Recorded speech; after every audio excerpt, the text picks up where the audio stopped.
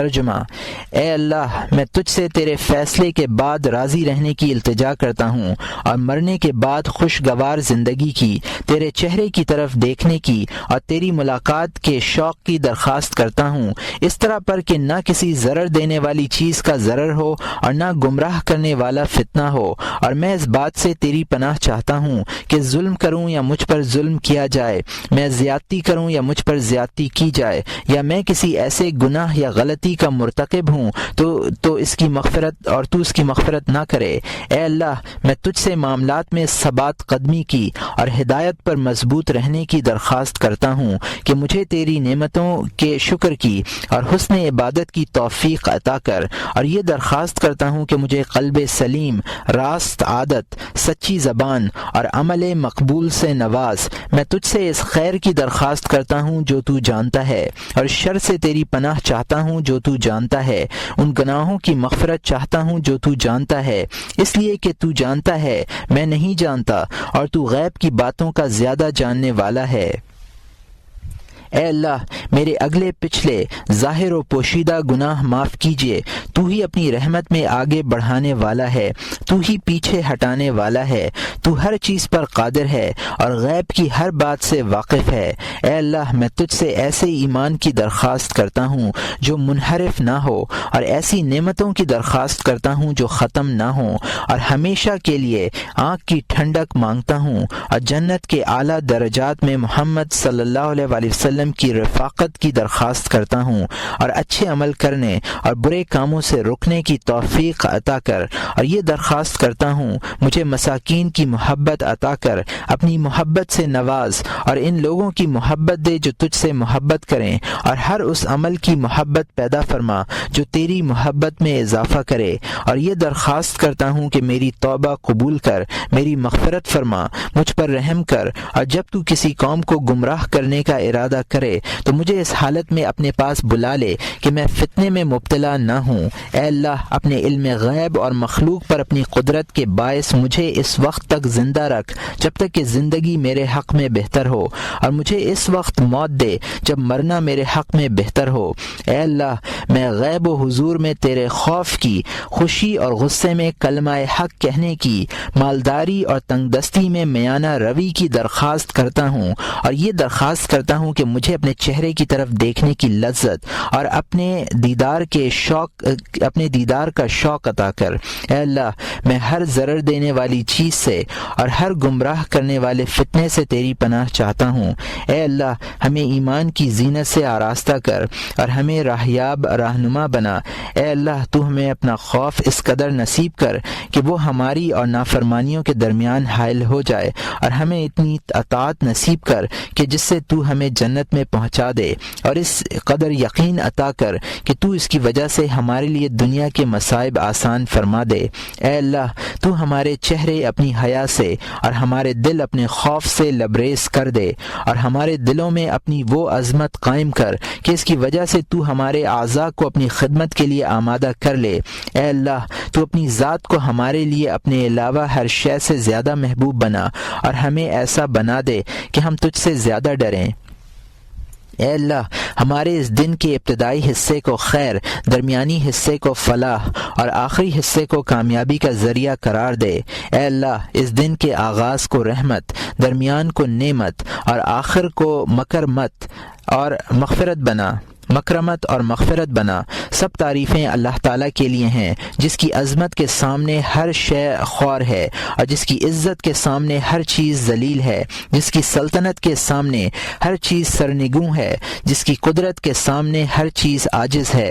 تمام تعریفیں اللہ تعالیٰ کے لیے ہیں، جس کی ہیبت کے سامنے ہر چیز ساکن ہے، اور جس نے ہر چیز کو اپنی حکمت سے ظاہر کیا ہے، اور جس کی بڑائی کے آگے ہر چیز چھوٹی ہو گئی ہے۔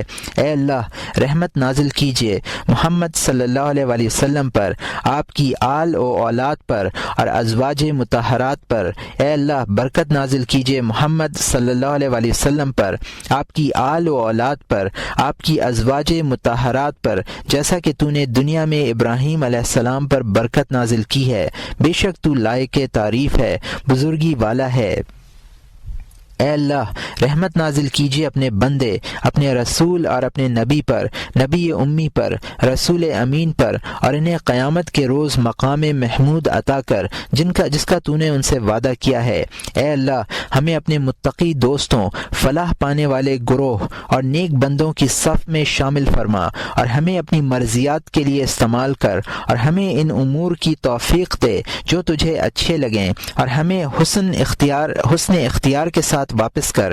اے اللہ ہم تجھ سے خیر کے جامع افعال، خیر سے شروع ہونے والے اور خیر پر ختم ہونے والے افعال کی درخواست کرتے ہیں، اور شر کے جامع افعال، شر سے شروع ہونے والے اور شر سے ختم ہونے والے افعال سے تیری پناہ چاہتا ہوں۔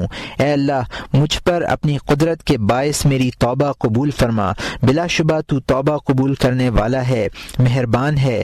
میرے ساتھ اپنے حکم کے باعث میرے گناہ معاف کر، بلا شبہ تو ہی بخشنے والا ہے، حلیم ہے، اور چونکہ تو میرے حال سے واقف ہے اس لیے مجھ سے نرمی کا معاملہ کر، بلا شبہ تو رحم والوں سے زیادہ رحم والا ہے۔